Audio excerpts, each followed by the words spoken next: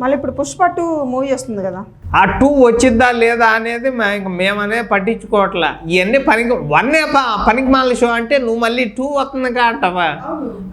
అవును నిజమే, చూడు తల్లి, ఇంకా 2 వస్తుందిగా అంట. మరి అంత తొందరగా ఉంది.